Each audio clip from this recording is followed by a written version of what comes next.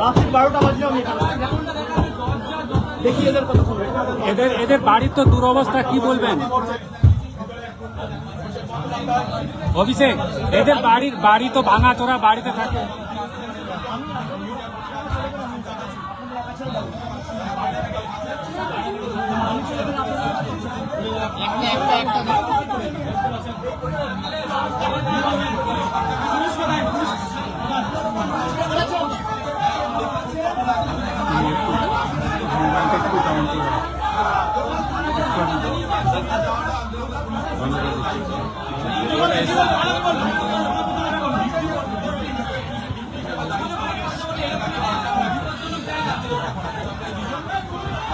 আমার ব্যাগটা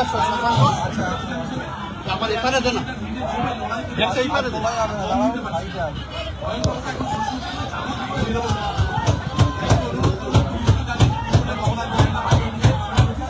দেখুন দরজা বাড়ছে, দেখুন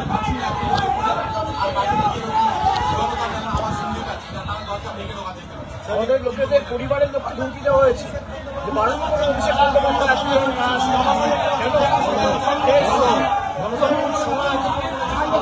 সরকার এত ভয় কেন? মানুষের ক্ষমতায় আসে এত ভয় কিসে? মানুষের রায়ের ক্ষমতায় আসে এত ভয় কিসে?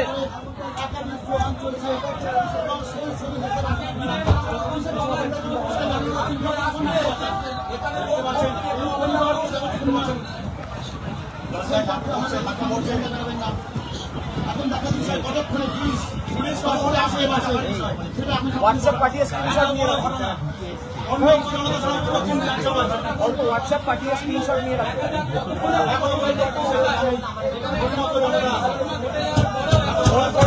হোয়াটসঅ্যাপ পাঠিয়ে স্ক্রিনশট নিয়ে রাখুন, ফটো মুভ করুন।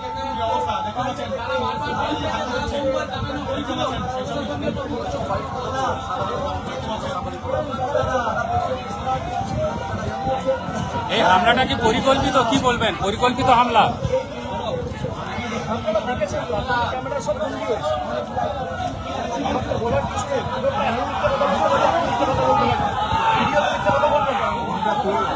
আমি হেলমেটটা না পড়তে কোথাও বেরোতে আপনার অত্যাচার হয়েছে। আমার বলার করতে গিয়ে এমনকি আপনারাও মার খেয়েছেন,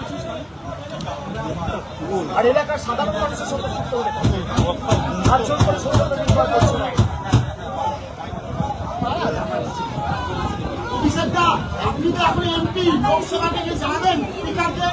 আমরা করবো, আগে আইনত পিক আপ করবো, তারপর নিশ্চিতভাবে। এখন যে অবস্থা, কেউ তো কথা শুনছে না। এখন যে অবস্থা, আমাদের কর্তব্য জানানো। আমরা বিচার ব্যবস্থার উপর আস্থাশীল, ভরসাশীল। আমরা কোর্টে মুভ করবো। প্রত্যেকটা ভিডিওগ্রাফিক এভিডেন্স আমাদের কাছে আছে, আপনারা নিজেরা সাক্ষী। সুতরাং সাংসদ হিসেবে আগামী দিন প্রিভিলেজ মোশনও মুভ হবে এবং আমরা হাইকোর্ট, সুপ্রিম কোর্ট অব্দিও যাব। খালি হাইকোর্টে নয়, সুপ্রিম কোর্টে, এমনকি আমি নিজেদের কারণে পিটিশনার হবো। আমার অধিকার আছে, ভারতের সংবিধান আমাকে এই অধিকার দিয়েছে।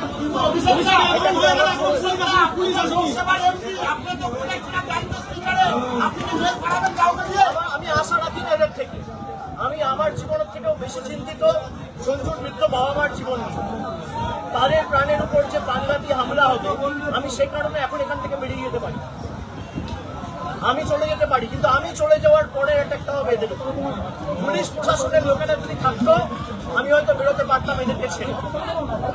যে পুলিশের উপর ভরসা করে বৃদ্ধ বাবা মাকে ছেড়ে আমি বেরিয়ে আসতে পারতাম। যতক্ষণ না ভোট শেষে যারা দোষী তাদের বিরুদ্ধে ব্যবস্থা নামে আমি এখান থেকে শুরু একজন শুরু। আমার আরেকটা লাস্ট কোশ্চেন, অভিষেক দা আরেকবার রিপিট করবেন। এই সুনামপুরে আসবেন কখন, কাজ জানিয়েছিলেন পুলিশকে?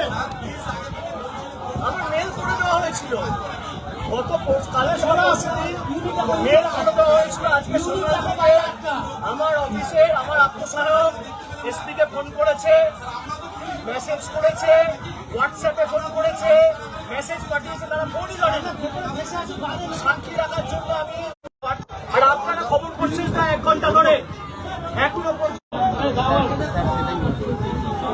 আমার 5 অপারেশন হয়েছে, 5 চোখে ঢিল ছুড়ে মেরেছে, চশমা ভেঙে দিয়েছে।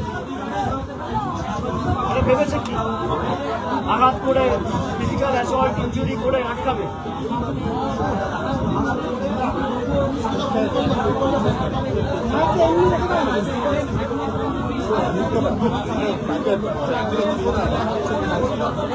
এখনো পর্যন্ত পুলিশের দেখা নেই।